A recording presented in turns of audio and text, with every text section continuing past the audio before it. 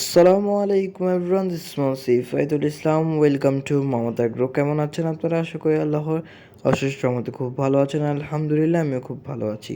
খামারের দুঃসংবাদ, এতদিন যে বাচ্চাগুলো আপনারা দেখেছেন যেগুলো আমি ফুটিয়েছিলাম মুরগি দিয়ে, সেখানে প্রায় আমার সবগুলো বাচ্চা মারা গেছে। মাত্র আর দুইটা আছে, কোনো মতে রাখছি। এগুলোকে বলবো ঠান্ডার জন্য সবগুলো মারা গিয়েছে। এই দেখতেছেন আপনারা, হয়তো আমরা ফ্লোরে পাখিগুলো রেখেছিলাম, যেটার জন্য সবগুলো মরে গিয়েছে। আমি বুঝতে পারিনি, সেটা পরে বুঝলাম আর কি। একটা বড় ভাই বলল যে কোয়েল পাখির ঠান্ডা লাগছে অনেক, প্রচুর পরিমাণ।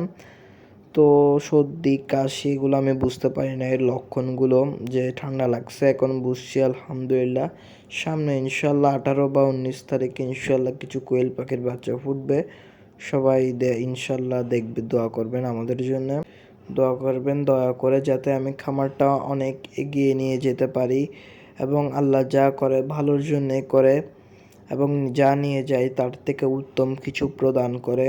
তো দেখেন, আপাতত আমার এই দুটি পাখি রয়েছে, এবং তাদেরকে আমি খুব পরিষ্কার পাত্রে দিচ্ছি, এবং খাঁচাটি পরিষ্কার করে দিয়েছি। কালো জিরা দিচ্ছি, খাবারের সাথে মিক্স করে ব্লেন্ড করে আমরা দিচ্ছি। দোয়া করবেন আমাদের জন্য। আসসালামু আলাইকুম, আল্লাহ হাফেজ।